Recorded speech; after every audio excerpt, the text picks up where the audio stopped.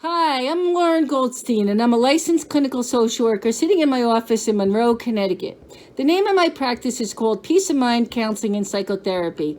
And the only reason I bring up the name of my practice, Peace of Mind, is because it reflects a little bit about me.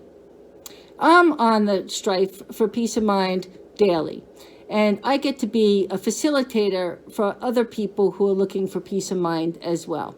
I have a large assortment of experience in different conditions of mental health, in addition to teaching at Housatonic Community College, working with the first responder population in post-traumatic stress disorder and compassion fatigue, providing public speaking engagements on behalf of destigmatizing mental health in the field of first responders. And at the present time, I am volunteering with the Marin Sanchez Home Foundation to set forth some videos for educational purposes for youth to learn about protecting themselves against psychological, emotional, cyberbullying, and emotional manipulation. I hope that you find the videos in upcoming helpful, and that tips can be taught to you, that you can keep yourself safe, your friends safe in the communities that you go out into in the world later on. Thank you.